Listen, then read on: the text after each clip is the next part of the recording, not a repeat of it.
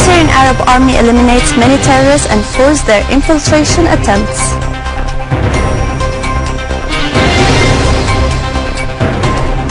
Iraqi army liberates several areas in Ninawa and Andbar, eliminating many terrorists.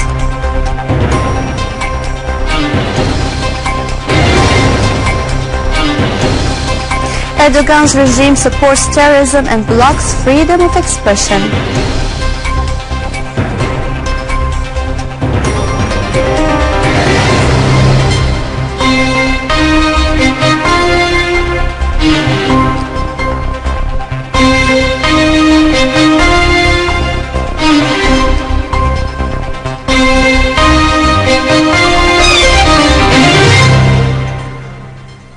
Good afternoon and welcome to our news bulletin.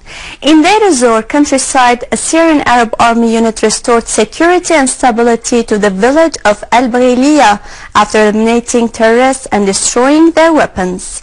Another unit destroyed ISIS hideouts in Al-Mrayiyya around Al-Jafra, eliminating a number of terrorists and injuring others.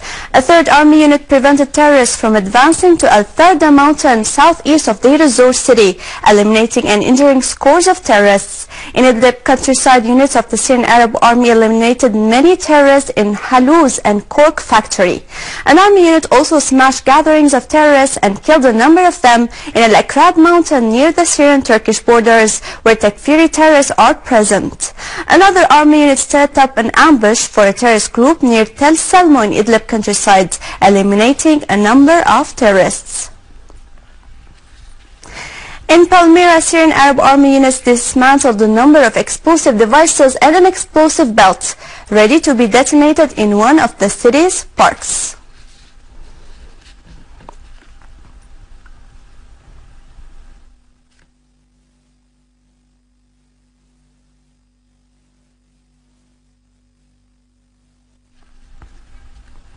A report by the writer Ruth Sherlock in the Daily Telegraph said that the bulk of destruction and sabotage committed by the terrorists in the town of Qasab last year clearly reveals the lies by those terrorists and their supporters who claim to be moderate.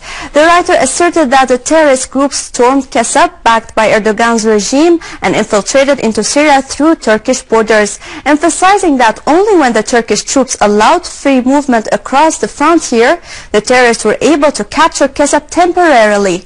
The writer quoted eyewitness residents from Qasab, whom she encountered in her visit to the area, as saying that a large number of foreign terrorists, including Chechens, Tunisians and Libyans, participated in the invasion and set fire into the churches, desecrated graveyards and destroyed houses and shops. The Iraqi army has continued its operations and liberated many parts of Ninawa and Al-Anbar provinces, inflicting heavy casualties on ISIS. A security source in Diyala province said that an Iraqi jet fighter has targeted a vehicle in the surrounding area of Al-Zur village, killing the Mufti of ISIS, his son, brother, and one of his escorts. In a relevant context, ISIS terrorists have abducted 170 persons from Al-Jbur tribe in Kirkuk on charges of setting the banner of ISIS ablaze, and executed 42 others in Mosul who have been arrested months earlier. Welcome back. Iranian Assistant Foreign Minister Hussein Amir Abdullahian reiterated his country's full support of Syria in combating terrorism and eliminating terrorist organizations. Abdullahian affirmed that American justifications and attempts to fight ISIS aim to pass the White House policies in the region. He added that the U.S. does nothing for combating terrorism, affirming that Washington is not even interested in weakening it, thus it only seeks to administrate it. The Dutch foreign minister criticized the latest arrests by Erdogan's regime of journalists and attacking press institutions in Turkey. He said before the Dutch parliament that arresting journalists and attacking media institutions in Turkey oppose the European Union's principles and freedom of speech. On the other hand, 2 Dutch representatives demanded cutting the EU's financial support to Turkey because of this incident. The Turkish newspaper Aydın Lig has disclosed that Erdogan ordered his intelligence to withhold all evidence and documents that prove that his government is involved in backing ISIS, as he fears to be held accountable by international courts on charge of supporting terrorism in Syria. The newspaper added that Erdogan's concerns have grown stronger as the US and Western countries have said that the solution for the crisis in Syria is political, adding that Erdogan's decision was taken based on the many reports released lately by international bodies and those of independent observers on the support by the Justice and Development Party to ISIS. Earlier, the Security Council has released a report indicating that arms and ammunition have been sent to ISIS through Turkey with the full consent of Erdogan's regime. Hundreds of Bahrainis have taken to the streets of the capital Manama chanting slogans against the detention of Secretary General of the opposing Al-Wifaq Society, Ali Suleiman, by Bahraini authorities. The demonstrators have also raised banners that said that such oppressive measures were futile and would only result in more tension and jeopardize social stability in the country. A statement by Al-Wifaq Society has said that the detention of the Secretary General would close all doors in the face of any political solution. With this, we conclude our news for today. Thank you for watching. For more details about Syria and the region and to view this bulletin again, you can always visit our website in English, syriaonline.sy. Now to latest business and market news with Syrina, but after a short break.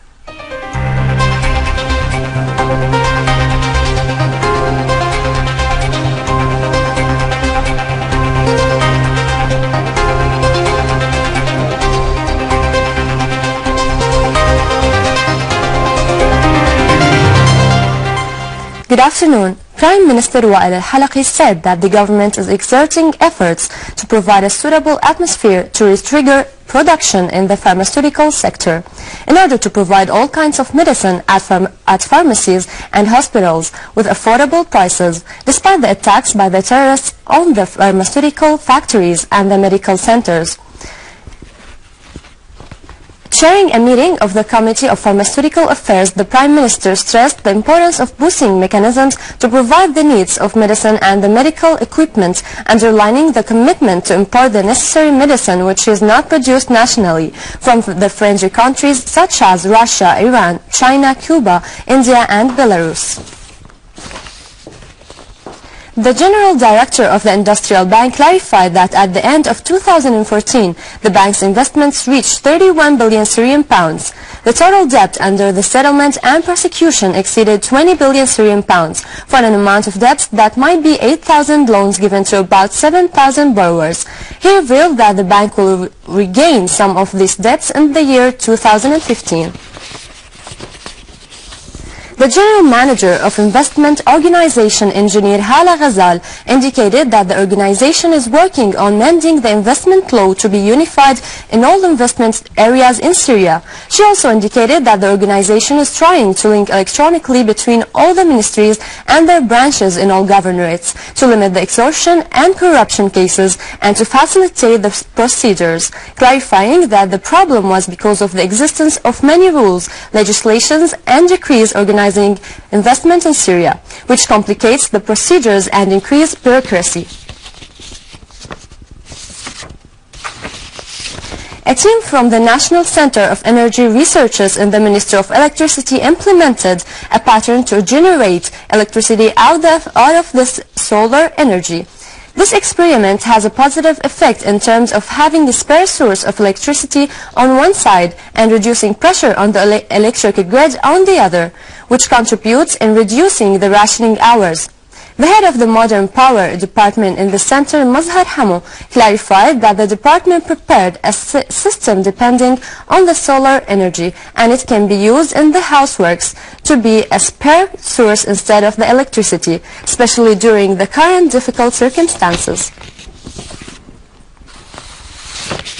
Ministry of Internal Trade and Consumer Protection issued a decision on reducing gasoline price by 5 Syrian pounds per liter to become 130 instead of 135. This reduction is the second of its kind after the ministry reduced price of gasoline from 140 Syrian pounds to 135 per liter at the end of last October. Ministry of Internal Trade and Consumer Protection affirmed that the price drop comes in the framework of the government's permanent efforts to reduce prices, whether for the food materials or for the oil productions. And now over to some main currencies exchange rates according to the bulletin of the Central Bank of Syria.